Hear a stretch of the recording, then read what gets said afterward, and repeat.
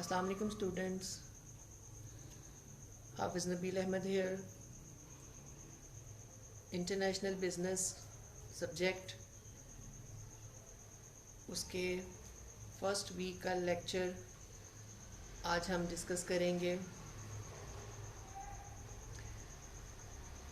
The definition of international business. The chapter name is competing in the global marketplace. The definition of international business plus its nature, globalization, multinational companies, and most important, globalization drivers.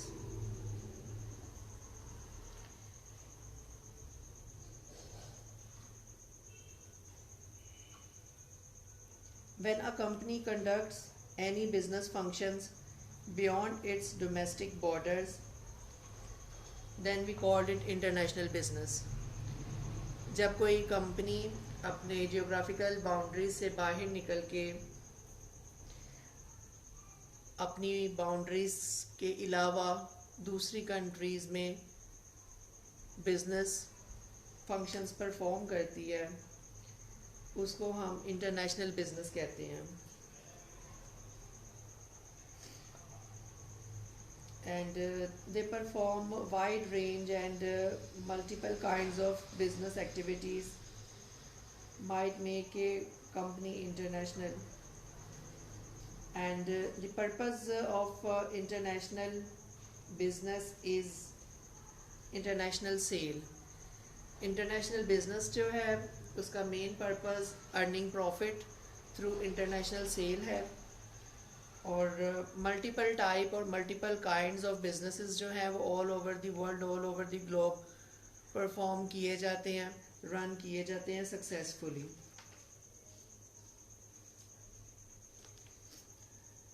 Globalisation is most important terminologies which is used worldwide.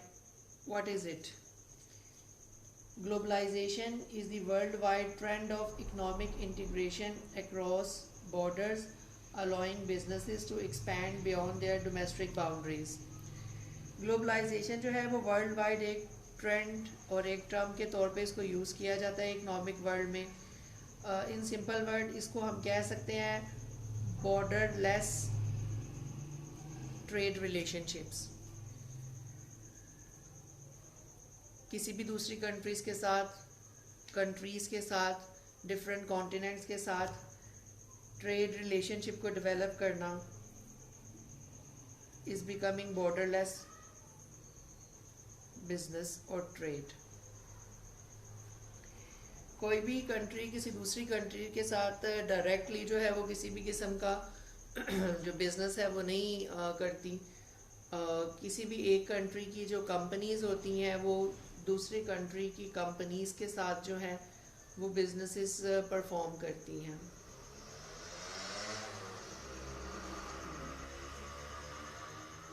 बड़ी बड़ी companies ये ज़िम्मेदारी, ये duty पूरी करती हैं और उन बड़ी जॉइंट वेंचर कंपनीज़ को हम मल्टीनेशनल कंपनीज़ कहते हैं. Multinational companies are actually those companies who engage in business functions beyond its domestic borders. एक कंपनी जो बनी किसी मुल्क में है, अपनी सर्विसेज, अपनी प्रोडक्ट, अपने जो ऑपरेशंस है वो किसी दूसरे कंट्री में प्रोवाइड कर रही है, उसे हम मल्टीनेशनल कंपनी कहते हैं. For example here in Pakistan बहुत अच्छे तरीके से आप जानते हैं McDonald's, KFC, Samsung, Apple, Dell, Microsoft. these all are example of multinational companies which are operated and performing their functions and offer their product and services in Pakistan.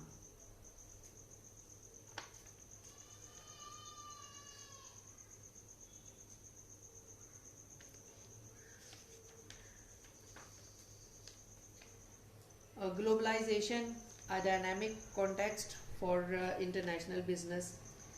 Globalization is not a simple, uniform, evolutionary process. Not all economies of the world benefit equally or participated equally. In the recent past, financial crisis, terrorism war, SARS, increased border security, and a worldwide economic stagnation have limited globalisation जो है वो simple words में एक uniform evolutionary process है जिसमें बहुत ज़्यादा जो है एवोल्यूशन जो है वो हो चुकी है, लेकिन इसका जो फ़ायदा है वो वर्ल्ड की सारी इकोनॉमीज़ को इक्वली नहीं होता, क्योंकि वर्ल्ड की जो टॉप मोस्ट इकोनॉमीज़ हैं वो तो इसमें पार्टिसिपेट करती हैं, लेकिन कुछ डिफरेंट जो लो कंट्रीज़ हैं वो इसमें, लो इकोनॉमी कंट्रीज़ हैं वो इसमें पार्टिसिपेट नहीं करती। और पिछले कुछ डिकेड्स में जो फाइनेंशियल क्राइसिस 9/11 के बाद टेररिज्म की वजह से हुआ, जो वॉर्स हुई अमेरिका की अफ़गानिस्तान के साथ, सीरिया के साथ, इराक के साथ, लीबिया के साथ, तो उस वजह से जो है वो उसको बहुत ज़्यादा इफ़ेक्ट किया। और एक वायरस सार्स और करंटली जो है as you know corona covid pandemic, उसकी वजह से भी जो है बॉर्डर सिक्योरिटी इंक्रीज़ कर दी गई है, जिसकी वजह से बॉर्डरलेस बैंकिंग जो है, बॉर्डरलेस ट्रेड जो है, बॉर्डरलेस एक्टिविटीज़, फाइनेंशियल एक्टिविटीज़ जो है is reduced and have facing multiple difficulties. बहुत ज़्यादा प्रॉब्लम्स फेस करनी पड़ रही हैं।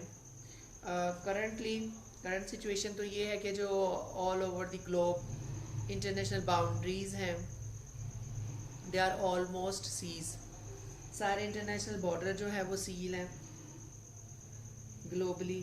इवन के यूरोपीय यूनियन जो एक स्ट्रॉन्ग ऑर्गेनाइजेशन है जिसके मेंबर कंट्रीज़ को ये फैसिलिटी अवेलेबल है कि अगर एक कंट्री का वीज़ा है तो आप 28 और 30 जो कंट्रीज़ है विज़िट कर सकते हैं, लेकिन अनफॉर्चुनेटली उन्होंने भी जो है वो अपने बॉर्डर इस तरह से सील कर दिए हैं कि अगर कोई पर्सन एक कंट्री के बॉर्डर को क्रॉस करके दूसरी कंट्री चला जाता है तो वो वापस उसी कंट्री में नहीं आ सकता।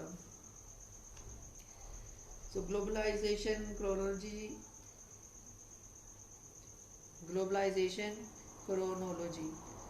टाइम जो है इसमें 1940s का एक डिकेड है, 1950 का है, 1960, देन 70, 80, 90 एंड 2000। उसमें कुछ इकोनॉमिकल फैक्टर्स हैं, कुछ पॉलिटिकल फैक्टर हैं and most important technological factors हैं। जैसे कि अभी हमने बात की कि कुछ इकोनॉमीज़ जो हैं वो बहुत ज़्यादा पार्टिसिपेट करती हैं और बेनिफिट जो है उनको ग्लोबलाइजेशन से भी ज़्यादा होते हैं, लेकिन कुछ कंपनीज़ जो है वो कुछ कंट्रीज़ जो हैं वो एक्टिवली पार्टिसिपेट भी नहीं करती और उनको जो बेनिफिट होते हैं वो भी डिफरेंट इकोनॉमीज़ की तरह नहीं होते। So now we are discussing the types of economies in the global market place. we can divide the economies of the countries by categorize them in developed economies, developing economies, transition economies and least developed economies. The developed economies are mature economies with substantial per capita GDPs and international trade and investments. USA, UK, Australia, Canada, Denmark, France, Belgium, Japan, Spain, Sweden are the example of developed countries. Developing countries are the economies that have grown extensively over the past 2 decades. China, India, Malaysia, Indonesia, Singapore, Thailand, Taiwan are the best example of developing countries. Transition economies countries in the process of changing from government control economic system to capitalistic system that are called transition economies. Recently, Hungary, Poland, and Russia are the example of transition economies. Least developed countries, the poorest nations, often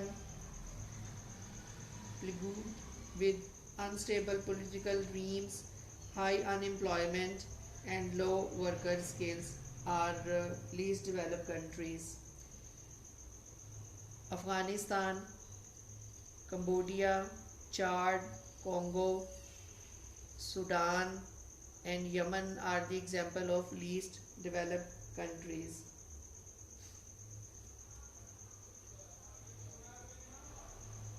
Low cost countries are those countries who providing cheaper labor as compared to rest of other competitor countries. Brazil and most importantly China is the best example of low cost countries. Low cost country usually with cheap labor that are becoming the manufacturing and service providers for multinational companies headquarters in developed nations such as the United States and have production plant in low cost countries like in China.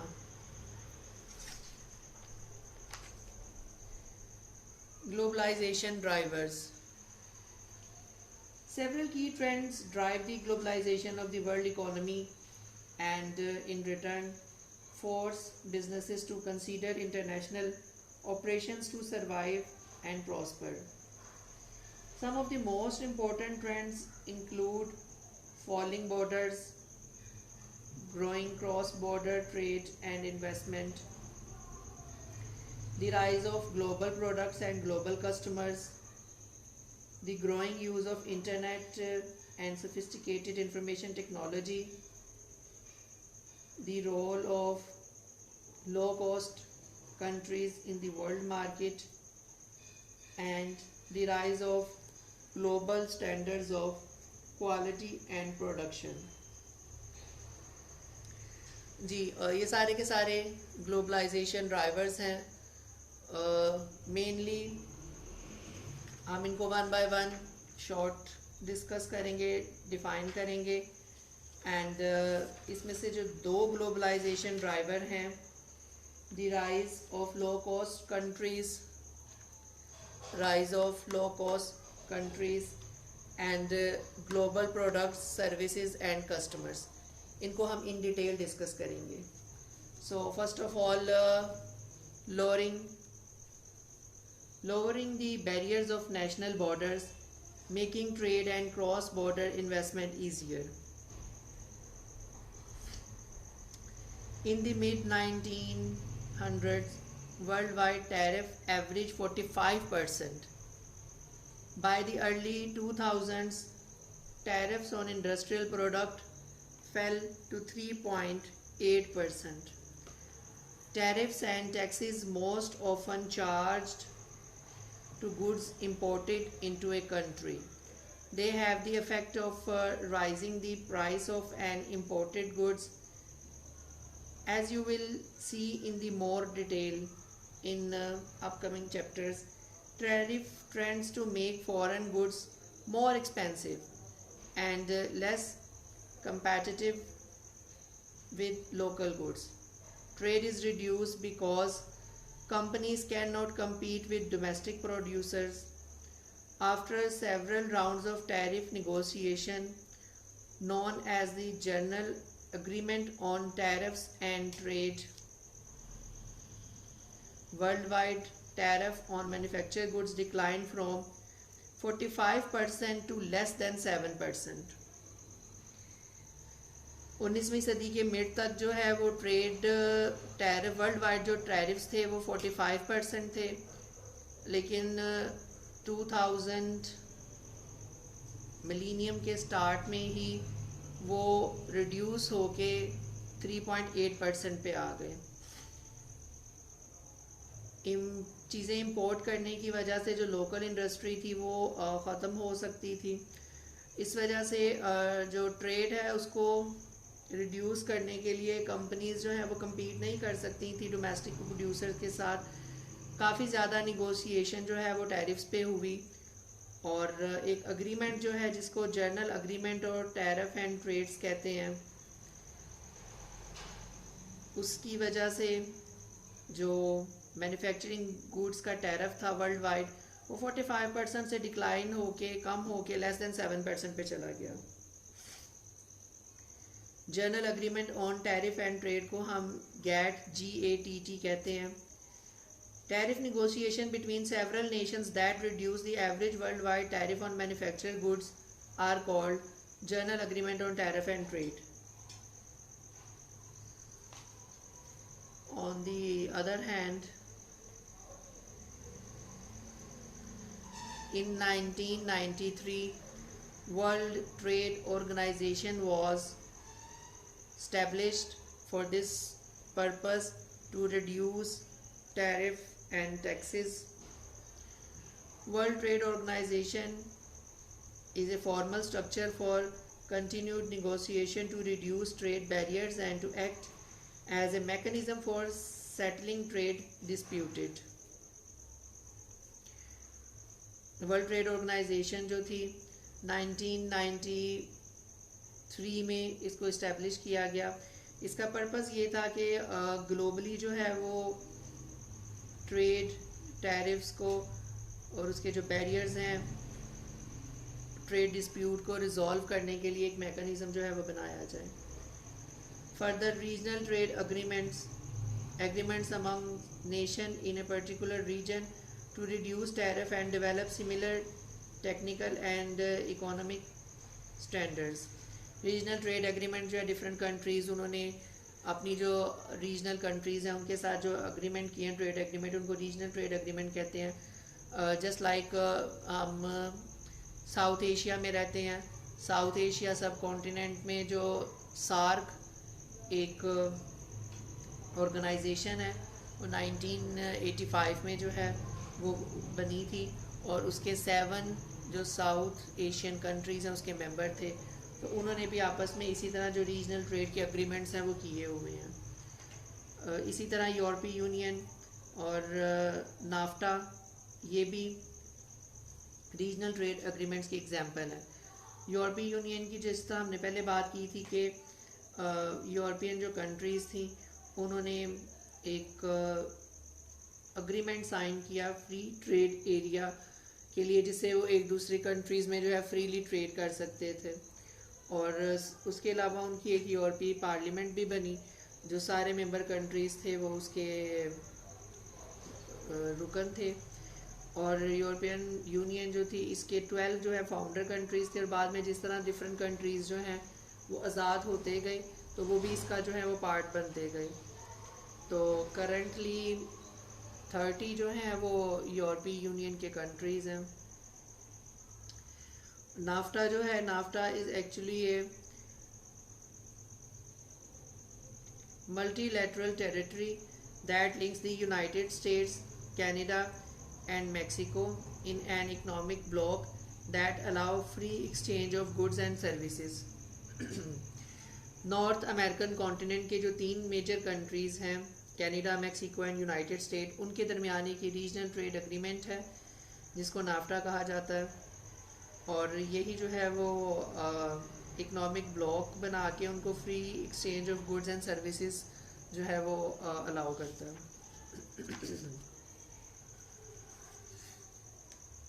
Locate and sell anywhere to anybody, it's no longer only for manufacturing but services as well. आप कोई भी चीज़ कहीं पे भी होके cell कर सकते हैं, और सिर्फ चीज़ें ही नहीं बल्कि आप beyond the border manufacturing item के साथ साथ सर्विसेज भी प्रोवाइड कर सकते हैं।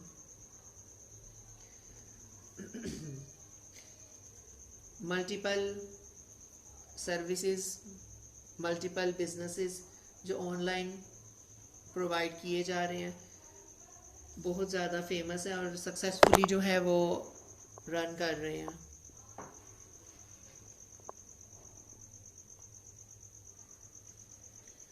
Foreign direct investment.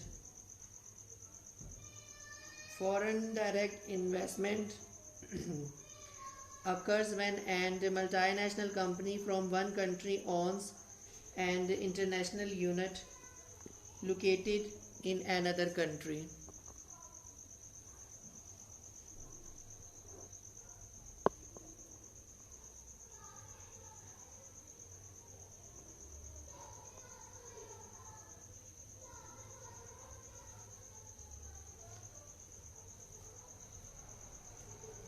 And a multinational firm's ownership in part or in whole of an operation in another country.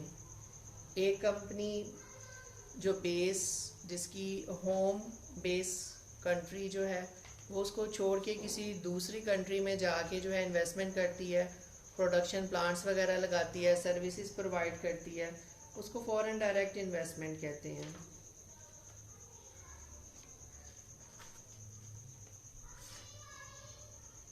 The rise of low cost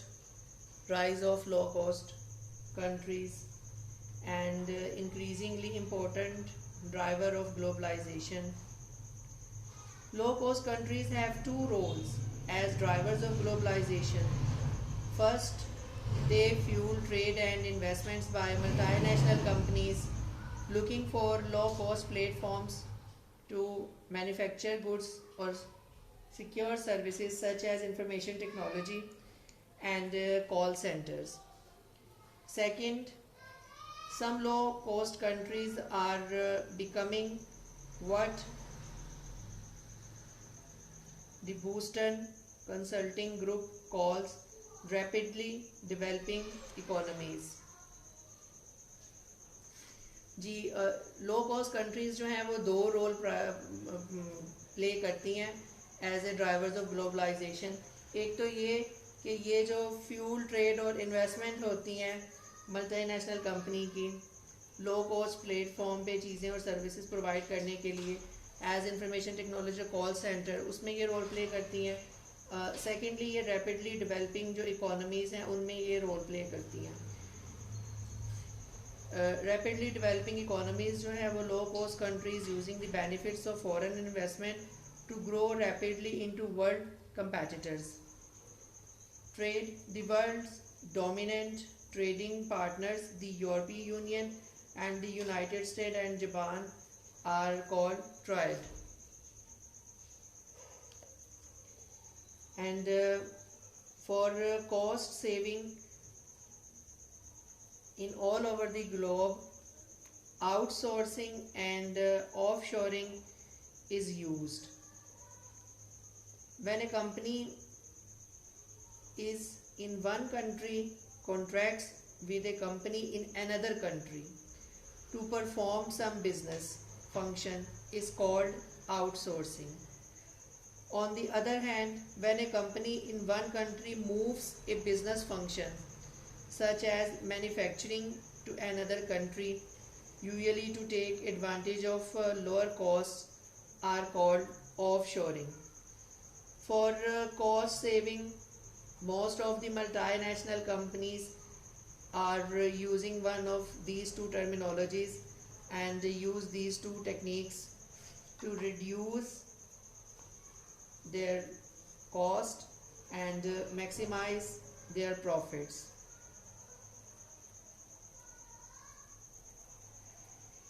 Because high developed countries have high manufacturing cost. On the other hand, low cost countries provide them the same labor and the same production techniques, tools, approaches with minimum and cheaper rates.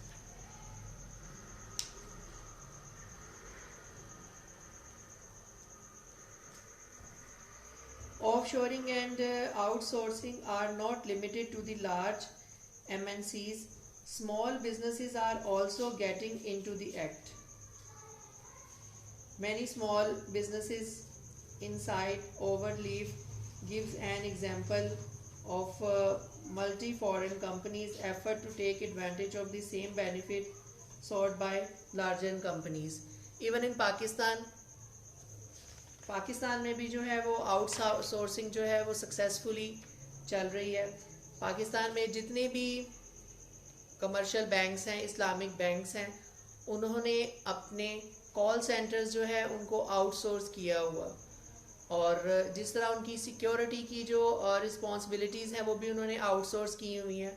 उन्होंने companies को higher किया हुआ है, जो companies उन्हें security services provide करती हैं, guards वगैरह प्रोवाइड करती हैं. Same as call centre third party contract के ऊपर जो है एक दूसरी कंपनी को उन्होंने ठेका जो है वो दिया हुआ है, और वो कॉल सेंटर की जितनी भी एक्टिविटीज़ हैं वो एक थर्ड कंपनी उनके बिहाफ पे परफॉर्म करती है. और उस कंपनी जो थर्ड कंपनी है वो जितनी भी सर्विसेज प्रोवाइड करते हैं, उसने जितने भी एम्प्लॉयज़ हायर किए होते हैं वो सारे के सारे थर्ड पार्टी एम्प्लॉयज़ होते हैं, वो उस बैंक के एम्प्लॉय कंसीडर नहीं होते.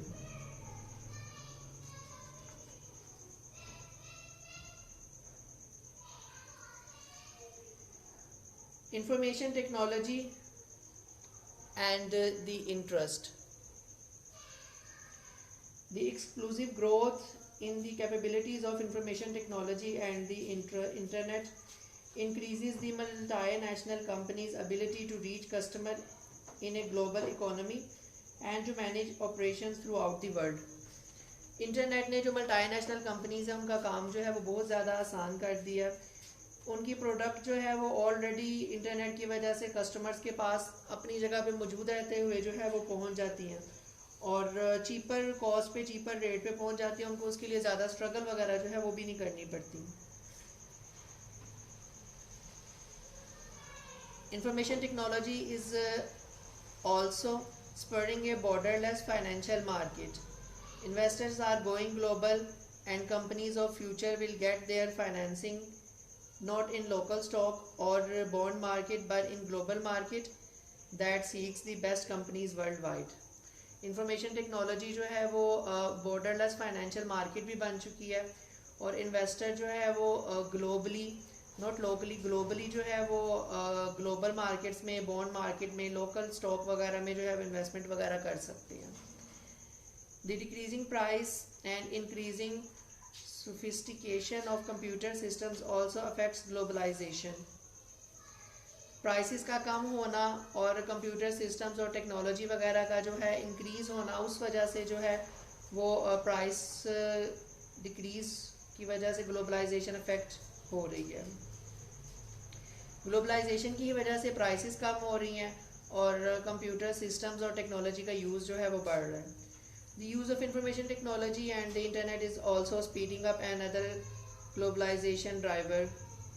Since many companies now use the web to search for suppliers, it is easier to be global customer. Because of the importance of this growing trend, impact of the internet on the multinational management should be discussed. What is multinational management? The formulation of strategies and the design of management systems that successfully take advantage of international opportunities and respond to international threats. Multinational management जो है वो एक इस किस्म की strategy formulation है. Management system को इस तरह डिज़ाइन किया गया है कि वो सक्सेसफुली जो है इंटरनेशनल अपॉर्चुनिटीज़ जो है उनका एडवांटेज ले सके, और जो इंटरनेशनल थ्रेट है उन पे टाइमली रिस्पॉन्ड कर सके.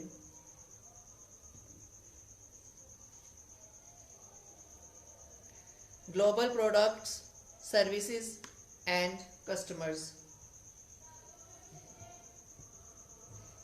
Even though countries differ in national cultures, political and economic systems, customers in different countries increasingly want similar products and services. Although के different countries में रहने वाले जो लोग हैं उनका कल्चर जो है, उनकी एथिकल वैल्यूज़, उनका लिविंग स्टैंडर्ड, उनका पॉलिटिकल सिस्टम, इकोनॉमिक सिस्टम सब कुछ डिफरेंट है, लेकिन फिर भी जो सिमिलर प्रोडक्ट है उसकी जो डिमांड है डिफरेंट कंट्रीज़ में वो इंक्रीज़ कर रही है day by day. For example Pakistan ने JF-17 थंडर एयरक्राफ्ट जो बनाए,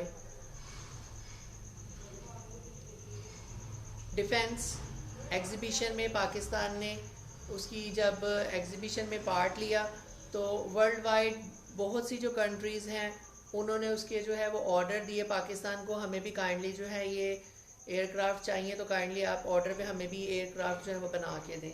और पाकिस्तान ने जो है वो ऑर्डर एक्सेप्ट किए और पाकिस्तान ने उनकी जो डिलीवरी है और मैन्युफैक्चरिंग जो है वो स्टार्ट कर दी और सक्सेसफुली जो है वो Pakistan through out the globe जो है वो JF-17 थंडर एयरक्राफ्ट जो है वो सेल कर रहा है।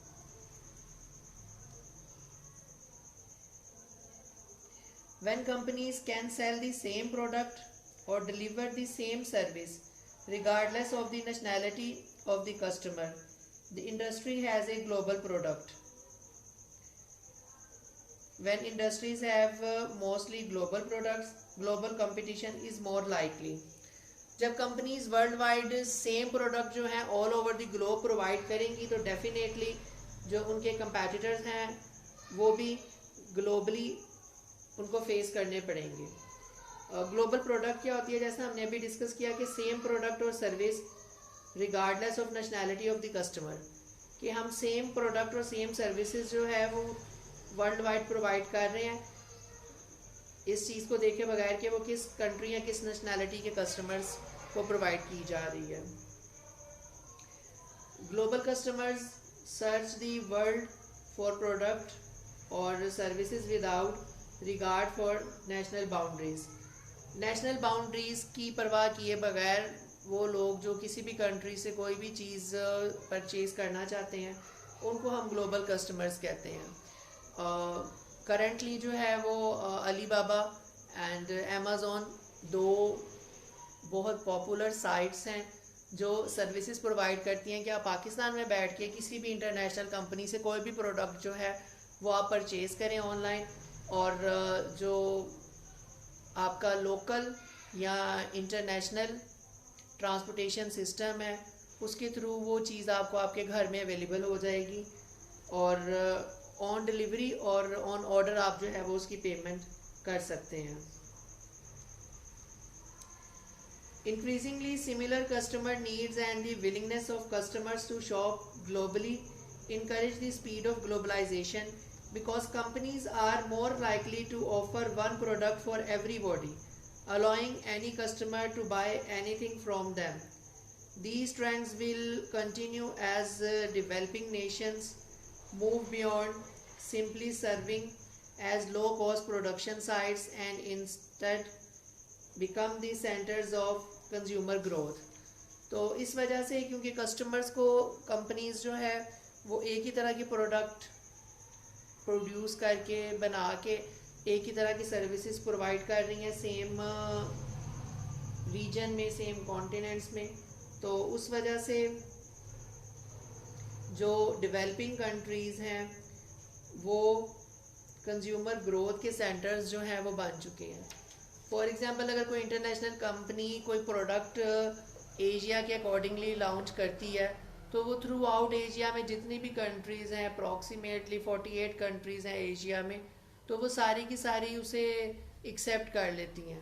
उस कंपनी को अपनी प्रोडक्ट में अपने आर्टिकल में या सर्विसेज में हर एक कंट्री के लिए चेंजिंग करने की ज़रूरत नहीं पड़ती,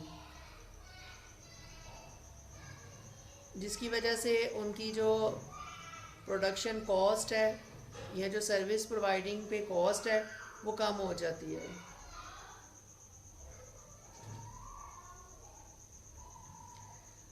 And the last one, global standards.